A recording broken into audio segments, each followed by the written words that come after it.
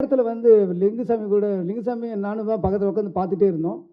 So படம் பார்த்துட்டு போயிட்டு இருக்கும்போது எல்லோரும் சொன்ன மாதிரி சடனாக வந்து ஒரு ஹிட்ச்காக் படம் பார்க்குற மாதிரி அப்படி ஒரு கட்டி போட்ட மாதிரி இருந்தது. இந்த மாதிரி ஒரு கனமான ஒரு வலியான கதையை இப்படி ஒரு த்ரில்லர் மோடில் வந்து எப்படி சொன்னாருன்னு ஒரு ஆச்சரியமாக இருந்துச்சு. ஸோ படம் பார்த்துக்கிட்டே இருக்கும்போது சில காட்சிகள் வரும்போது அப்படியே மனசை உலுக்கி அப்படியே கண்ணிலேருந்து தண்ணி வர ஆரம்பிச்சது. கண்ணை வேறு துடைக்க முடியல, கண்ணாடிக்குள்ளே விரல் விடுற மாதிரி ரொம்ப இதாக இருந்தது. அதனால் கொஞ்சம் அப்படியே பேக் போனேன். ஏன்னா நமக்கு படம் பார்த்து அழுகுறது போது பக்கத்தில் இருக்கிற ஒரு சின்ன ஈகோ இருக்கும் நமக்கு.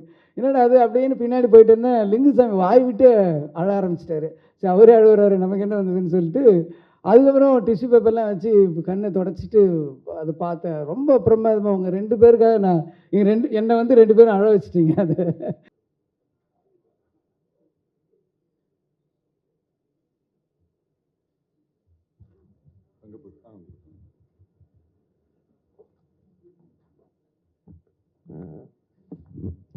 பத்திரிகை நண்பர்கள் அனைவருக்கும் வணக்கம். இந்த படத்தை வந்து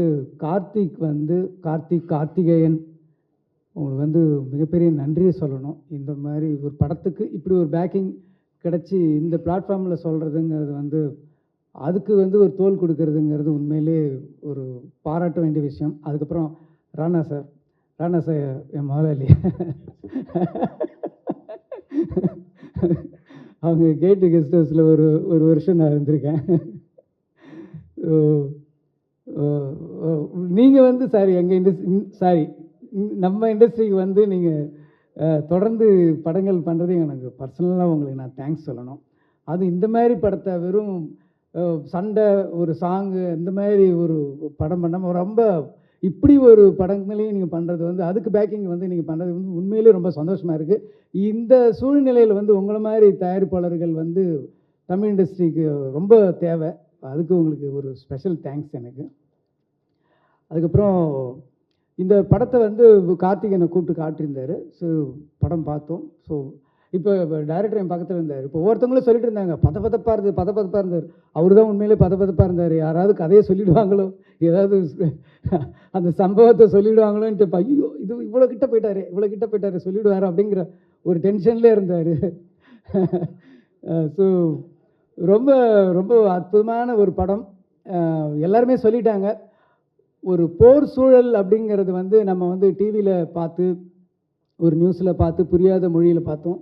ஆனால் நம்ம பக்கத்து நாட்டில் நமது சகோதர நாட்டில் அவங்க எவ்வளோ கஷ்டப்பட்டாங்கங்கிறத ஒரு வார் சூழலை வந்து ஒரு வீட்டுக்குள்ளே சார் நான் ஜாஸ்தி சொல்ல மாட்டேன். ஸோ ஒரு வார் சூழலில் வந்து ஒரு வீட்டில் இருக்கிற ஒரு கேரக்டர்ஸை அவங்களோட எப்படி இம்பேக்ட் பண்ணுது, ஒரு போர் வீரர்கள் அவங்க போராளிகளுக்கு நடுவில் வந்து ஒரு பொதுமக்கள் எப்படி பாதிக்கப்படுறாங்க. ஒரு சாதாரணமாக நம்ம வந்து ஒரு திருமணம்ங்கிறது நமக்கு எவ்வளோ ஒரு சாதாரண ஒரு மறக்க முடியாத ஒரு நிகழ்வாக இருக்குது. ஆனால் அதே திருமணம் வந்து அந்த சூழலில் வாழ்ந்தவங்களுக்கு கிட்டத்தட்ட 80-90களில் வாழ்ந்தவர்களுக்கு வந்து எவ்வளோ கஷ்டமாக இருந்தது அப்படின்னு நினச்சி பார்க்கும்போது அதை அப்படியே கண்ணு முன்னாடி தத்ரூபமாக கொண்டு வந்து காட்டியிருக்காரு. அந்த வீட்டில் இருக்கிற கேரக்டர்ஸு நடிகர்கள்லாம் அப்பா வாழ்ந்திருக்காங்கன்னு தான் சொல்ல முடியும். அந்த காஸ்டியூம் சொல்லும், அந்த போட்டிருக்கிற அவங்க ட்ரெஸ்ஸு வந்து அந்த கதை சொல்லுது. அந்த செவுத்தில் மாட்டியிருக்கிற படங்கள் வந்து அந்த கதையை சொல்லுது. ஸோ எல்லாமே ஒரு கிட்டத்தட்ட ஒரு 24 கிராஃப்ட்ஸும் வந்து கதை சொன்ன ஒரு படமாக தான் நான் இந்த நீலிராவை பார்க்குறேன். ரொம்ப ஒரு சில நேரத்தில் வந்து லிங்குசாமி நானும் தான் பக்கத்தில் உட்காந்து பார்த்துட்டே இருந்தோம். ஸோ படம் பார்த்துட்டு போயிட்டு இருக்கும்போது எல்லோரும் சொன்ன மாதிரி சடனாக வந்து ஒரு ஹிட்ச்காக் படம் பார்க்குற மாதிரி அப்படி ஒரு கட்டி போட்ட மாதிரி இருந்தது. இந்த மாதிரி ஒரு கனமான ஒரு வலியான கதையை இப்படி ஒரு த்ரில்லர் மோடில் வந்து எப்படி சொன்னாருன்னு ஒரு ஆச்சரியமாக இருந்துச்சு. ஸோ படம் பார்த்துக்கிட்டே இருக்கும்போது சில காட்சிகள் வரும்போது அப்படியே மனசை உலுக்கி அப்படியே கண்ணிலேருந்து தண்ணி வர ஆரம்பிச்சது. கண்ணை வேறு துடைக்க முடியல, கண்ணாடிக்குள்ளே விரல் விடுற மாதிரி ரொம்ப இதாக இருந்தது. அதனால் கொஞ்சம் அப்படியே பேக் போனேன். ஏன்னா நமக்கு படம் பார்த்து அழுகுறது போது பக்கத்தில் இருக்கிற ஒரு சின்ன ஈகோ இருக்கும் நமக்கு. என்னடா அது அப்படின்னு பின்னாடி போயிட்டேன்னா லிங்குசாமி வாய் விட்டு அழ ஆரம்பிச்சிட்டாரு. சரி அவரே அழுகுறாரு, நமக்கு என்ன வந்ததுன்னு சொல்லிட்டு அதுக்கப்புறம் டிஷ்யூ பேப்பர்லாம் வச்சு கண்ணை தொடச்சிட்டு அதை பார்த்தேன். ரொம்ப பிரமாதமாக அவங்க 2 பேருக்காக என்னை வந்து 2 பேரும் அழ வச்சிட்டிங்க. அது ஸோ ஒவ்வொருத்தரோட அந்த சின்ன பசங்கள்லேருந்து அந்த கேரக்டர்ஸ் பேசுகிற மொழியாகட்டும், அந்த டயலாக்ஸ்லாம் வந்து ரொம்ப பிரமாதமாக இருந்தது சார். நான் வந்து லிங்குசாமி நானும் தான் பேசிகிட்டு இருந்தேன் வெளியே வந்து. மணி சாரோட டயலாக்ஸுக்கெலாம் நாங்கள் ஒரு பயங்கரமான ஃபேன். ஏன்னா மணி சாரோட டயலாக் வந்து நீங்கள் ப்ரிடிக்ட் பண்ணவே முடியாது.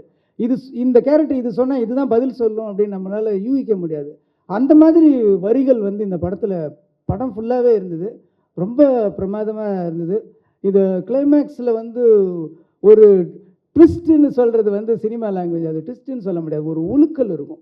எல்லோரும் சொல்லிட்டாங்களே சார், எல்லோரும் சொல்லிட்டாங்க கல்யாணம்னு சொல்லிட்டு, அதனால நான் சொல்கிறேன். அது தாண்டி சொல்ல மாட்டேன். அது மேரேஜில் எண்டில் ஒரு மனசை உழுக்கிற ஒன்று இருக்கும். அது ஒரு நிமிஷம் உங்களால் ஒரு 2 செகண்ட் ஆகும். நம்ம பிரெயின் போய் அதை மெமரி பண்ணி, ஓ இதுதான் சொல்கிறாங்களா அப்படின்னு சொல்கிறது இது இருக்கும். அதில் ஒன்றுமே சரி. அந்த நான் வெளியில் வந்தப்போ கூட பேசுவேன், அந்த படம் முடிஞ்சதுலேருந்து இன்னொரு கதையை ஆரம்பிக்கலாம்.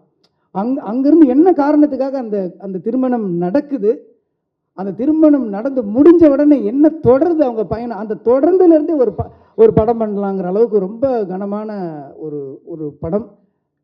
வாழ்க்கையை வந்து அப்படியே பிடிச்சிருக்கு. ஸோ இன்றைக்கி வந்து யோசித்து பார்க்கும்போது அதில் வாழ்ந்த நிறைய கேரக்டர்ஸுகள் இன்றைக்கி இருக்க மாட்டாங்க, இல்லை அப்படின்னு நினைக்கும்போது அதுக்குள்ளே ஒரு பெரிய ஒரு வலி இருக்க செய்யுது.